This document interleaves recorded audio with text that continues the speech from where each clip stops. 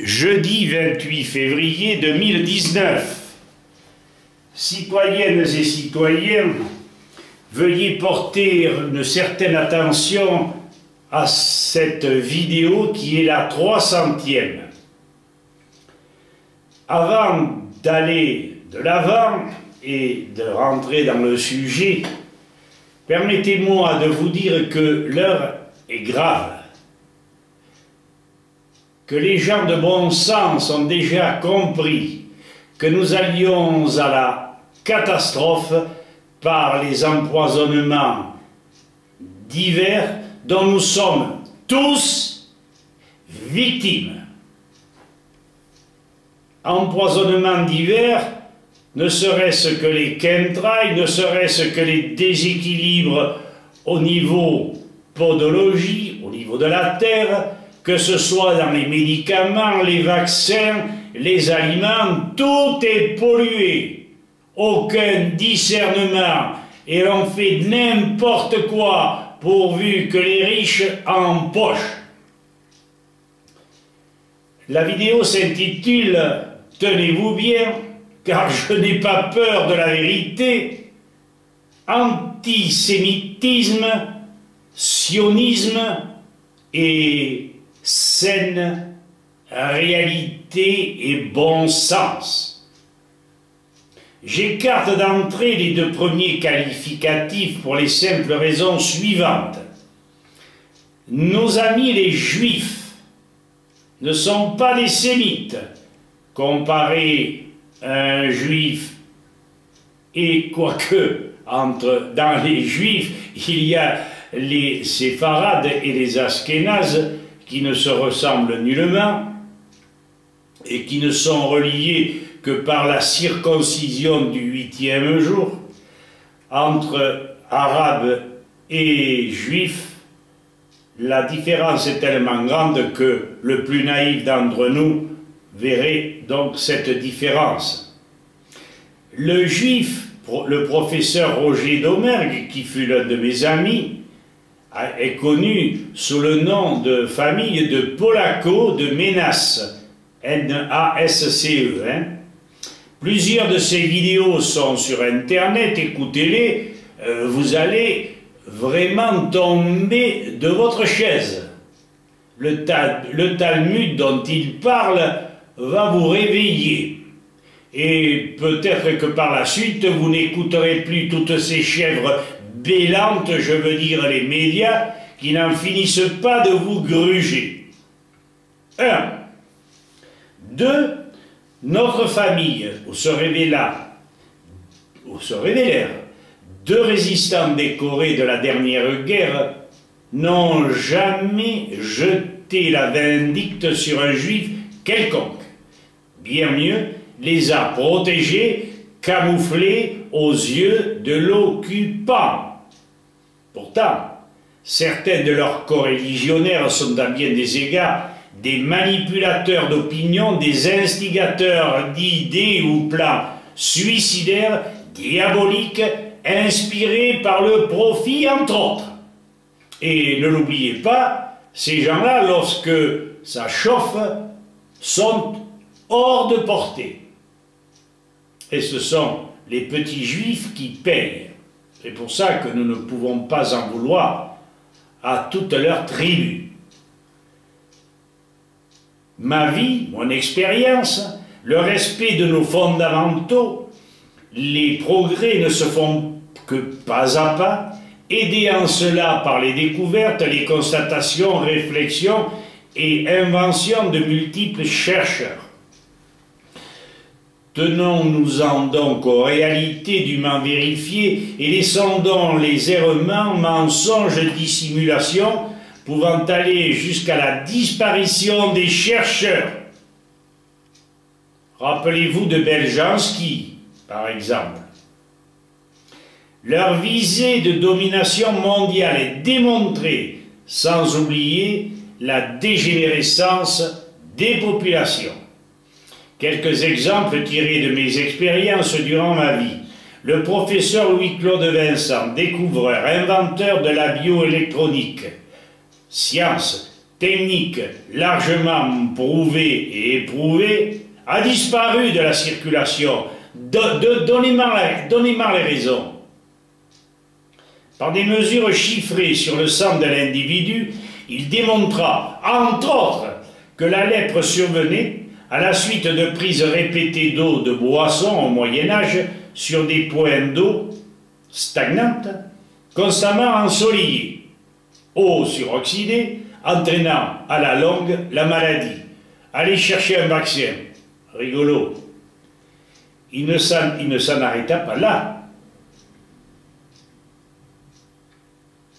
Il a démontré de toute manière et globalement que la prise de n'importe quel produit chimique, aspirine comprise, entraînait le corps sur des terrains basiques et oxydés où règnent en maître les virus dont les cancers. Si vous pouvez le retrouver, voir la bioélectronique et les mystères de la vie de Pierre Brécy. Le second exemple venant du professeur Jean Boucher, de l'ingénieur agronome Claude Bourguignon et de l'agriculteur Monsieur de la Bouillerie sont des exemples frappants. Tout emprunt à la terre doit être systématiquement restitué à cette dernière par l'intermédiaire des déjections animales, humaines et végétales. La non-application par le compost, n'est-ce pas, et un compost mené de main de maître. L'agriculture est une technique savante. La non-application de ce principe introduit des produits industriels venant des phosphates, venant des usines de traitement, permettant d'avoir des nitrates, permettant d'avoir ces éléments indispensables au sol, mais qui n'étaient nullement organiques. Cette non-application de ce principe, cette introduction de produits industriels déséquilibrèrent les sols et induire à la maladie, enfin le parasitisme.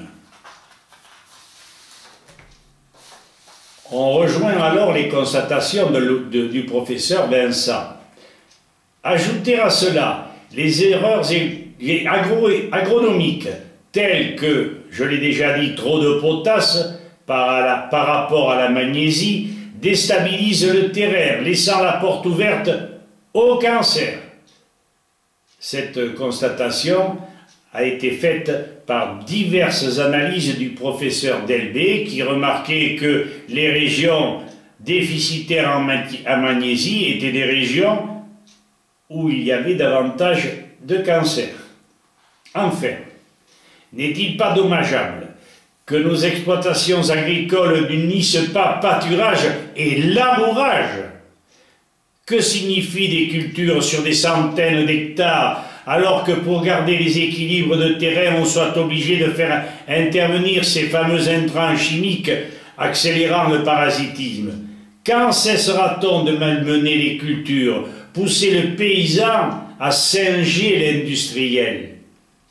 N'est-il pas ignoble de le presser à ce point sans lui attribuer une juste compensation afin qu'il puisse vivre décemment, dignement, et non le pousser à cultiver davantage pour joindre les deux bouts, sinon se suicider?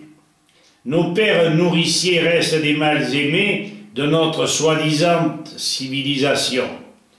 Un dernier exemple sur l'obligation vaccinale de raison et de bon sens, appuyé par des faits scientifiques en parallèle, alors je dis bien, appuyé par des faits scientifiques et en parallèle, une plainte pénale pour empoisonnement présentée par maître Lewis de Paris, débouté honteusement, alors qu'en 2016, suivant les chiffres présentés par le professeur Boyd Halley, chimiste toxicologue, et El Karod, nutri des toxicologues, faisait état de 646 000 bambins et nourrissons touchés dans leur chair par diverses maladies dont l'allergie, l'asthme, la névrodermite, l'herpès, les otites, le rhume des foins, l'asthme, la névrodermite, l'herpès, je l'ai déjà dit, les migraines et les troubles thyroïdiens, sans compter l'autisme.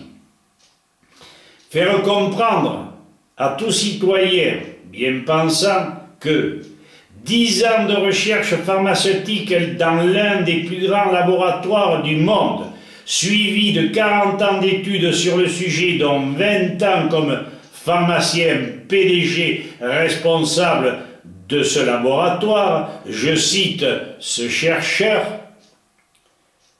ces 50 ans d'expertise réalisée en collaboration avec de nombreux médecins, biologistes et savants de haut niveau ne servent à rien puisque le profit l'emporte au détriment du bon sens, de notre Constitution, du Code civil, du Code de déontologie médicale, de la loi Kouchner, des arrêts de la Cour de cassation de 1997 et enfin du Code de Nuremberg qui stipule que nul ne peut être soumis sans son libre consentement à une expérience médicale ou scientifique. Et par l'opération du Saint-Esprit nous dégringole sur le rable une vaccination obligatoire de 11 vaccins, en sachant que il y a 2 ans, 646 000 gosses étaient atteints avec 5 vaccins. Combien le seront cette année avec ces 11 vaccins? Nous vous posons la question, citoyennes et citoyens. Si vous voulez la dégénérescence de la race, si vous voulez que nous disparaissions, à bon entendeur, salut. En tout cas, tant qu'il n'y aura pas union, tant qu'il n'y aura pas compréhension et tant que nous ne nous lèverons pas comme un seul homme, notre sort est à la merci des gens qui nous empoisonnent.